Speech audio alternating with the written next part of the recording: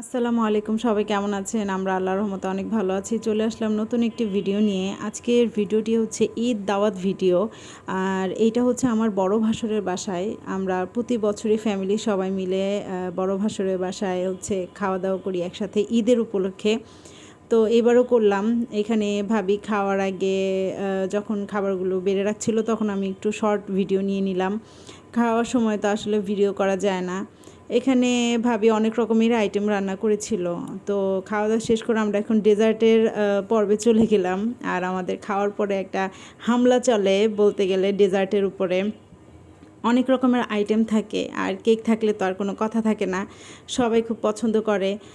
আর এই কেক কাটাটা বাচ্চাদের দিয়ে কাটানো হয়, ওরা কেক পেলেই জন্মদিনের মতন উদযাপন করে। আর এখানে সবাই দাঁড়িয়ে গিয়েছে কেক কাটার জন্য, সবাই একদম প্রিপারেশন নিচ্ছে কখন কেকটা কাটবে।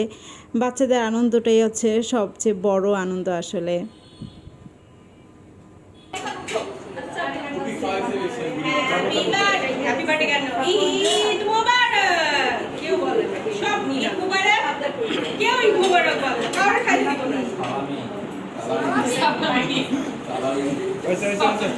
শুনো, তোমরা কথা বলো না।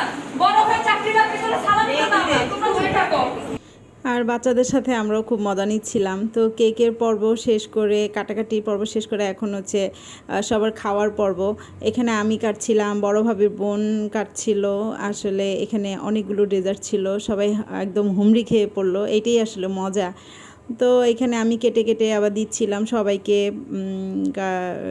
পুডিং, তারপর হচ্ছে কেক, এগুলো কেটে কেটে আমি দিচ্ছিলাম। সবাই যার যার মতো করে নিয়ে খাচ্ছিল।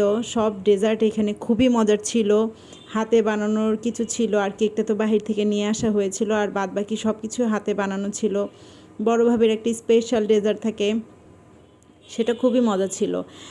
সেটা হচ্ছে ভাবি হচ্ছে একটা বিস্কিট দিয়ে একটা ডেজার্ট বানায়। আর এখানে আমরা সবাই খাচ্ছিলাম, সবাইকে দিয়ে ফাইনালি আমি নিজেও খেতে বসে পড়লাম।